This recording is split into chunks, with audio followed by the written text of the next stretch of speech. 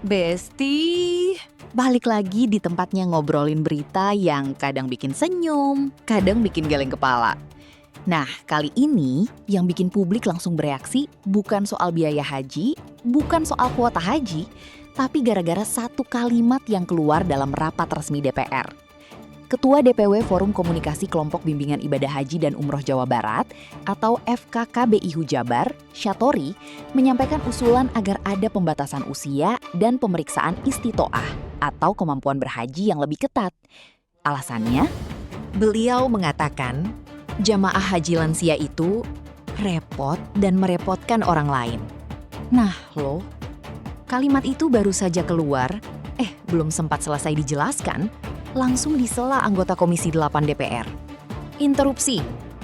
Anggota DPR Matindas J. Rumambi langsung mengingatkan agar istilah lansia merepotkan dicabut karena rapat tersebut disiarkan secara langsung dan dinilai tidak pantas disampaikan kepada publik. Ketua, jadi bicara tentang lansia itu sebenarnya kami suka beristilah. Kalau yang lansia itu sebenarnya satu, kalau bisa ada batasan umur dan istitoahnya benar-benar dilakukan. Sebab lansia itu pelaksanaan hajinya repot dan merepotkan orang lain. Kenapa merepotkan orang lain? Sebab jamaah itu rata-rata ingin khusus sendiri, Pak. Jadi nggak ada jamaah yang ingin, ini paling bisa membantu dari hotel ke mobil gitu aja. Kalau terus menerus umpamanya tuab dan lain sebagainya, ya sepengetahuan saya jamaah saya nggak mau gitu. Diserahkan kepada kami juga KBH. Kemarin orang-orang yang demikian itu di kloter 1, orang-orang yang butuh didorong itu lebih dari 60 orang, Pak. Itu, jadi orang-orang begitu tuh. Oleh karena itu istitoahnya sangat penting oleh Kementerian Kesehatan yang benar-benar valid gitu, sehat ya sehat.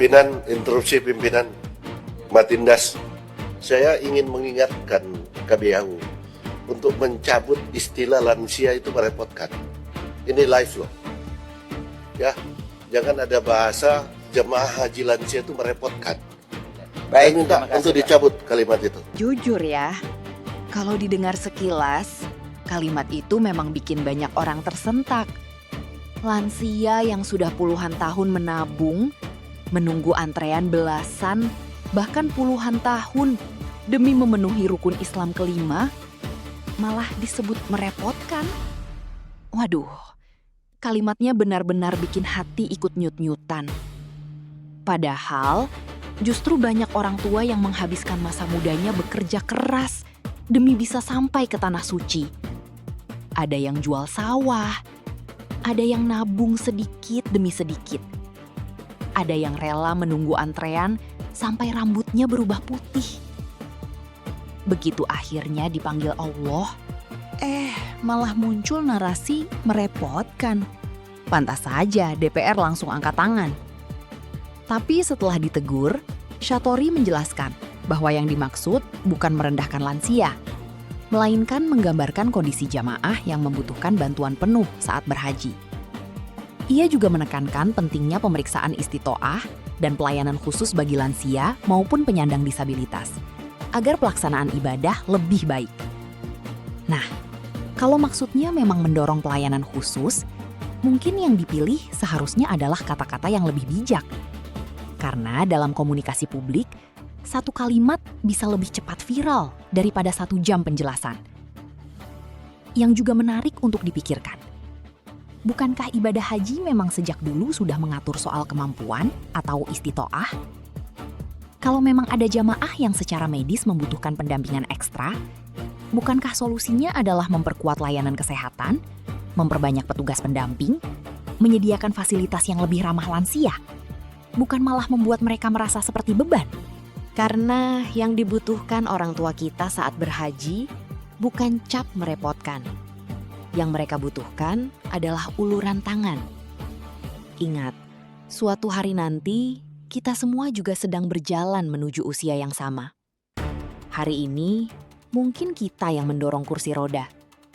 Besok bisa jadi kitalah yang didorong. Jadi, sebelum mengucapkan sesuatu, apalagi di forum resmi yang disaksikan banyak orang, mungkin ada baiknya memilih kata yang tidak melukai hati mereka, yang justru sedang berjuang menyempurnakan ibadah di usia senja. Kalau menurut kalian gimana?